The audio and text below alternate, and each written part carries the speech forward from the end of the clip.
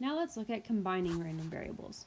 So we're going to have Pete's Jeep tours, but we're also going to add in his sister Erin, who runs Erin's Adventures. So she can have a minimum of 2 passengers, a maximum of 5, whereas Pete was a minimum of 2 and a maximum of 6. So the questions are, what is the sum, S, equals x plus y of the number of passengers Pete and Erin will have on their tours on a randomly selected day, and what is the difference? So we're looking at that, adding and subtracting, but not of a constant, but of another random variable, and see what the effects are. So in order to calculate the mean or expected value of the sum or difference of a random variable, when we're looking at the sum, where the center of the sum of the variables is just the sum of their averages, their expected values. Or if you're doing the difference, then you would merely subtract, just the same operation. So here, Pete charges $150 per passenger. Erin charges $175 per passenger.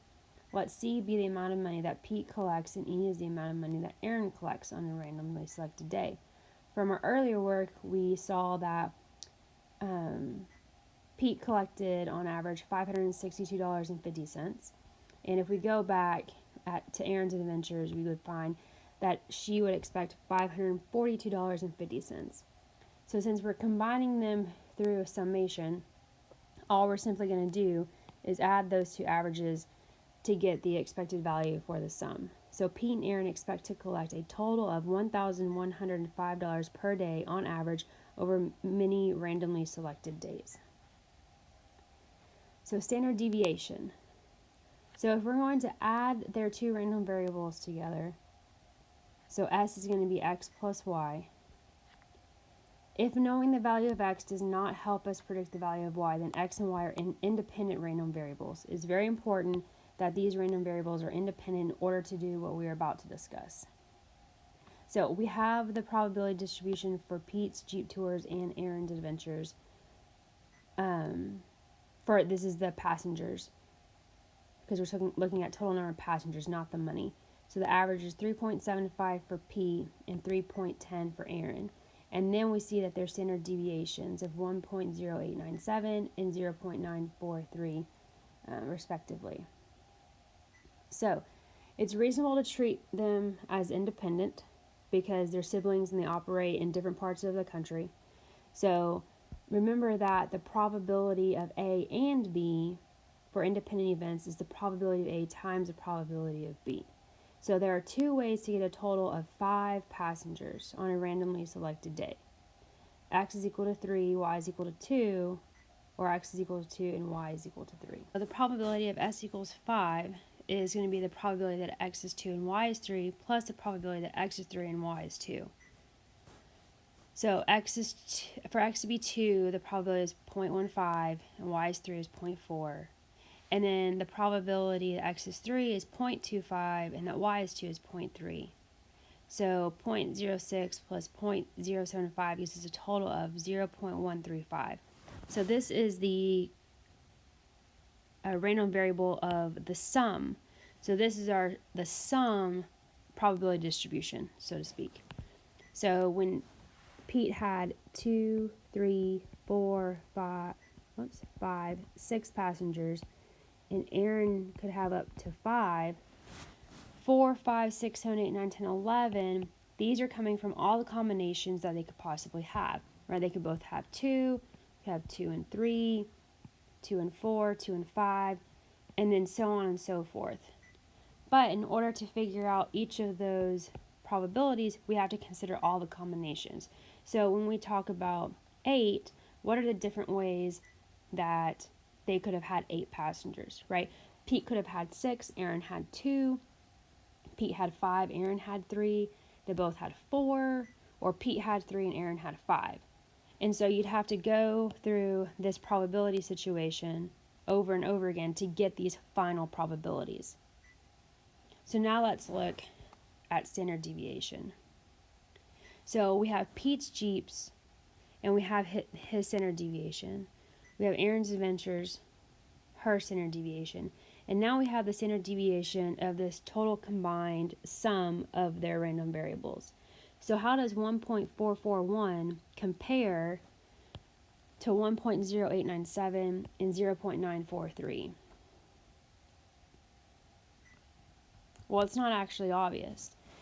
Really, let's look at the variance. 1.1875 plus 0.89, that totals to 2.0775. So really what we're saying here is that the sum of their variances become the variance of the sum. So adding these two together gives us the variance of the summation of the random variables. And remember, standard deviation is just the square root of the variance.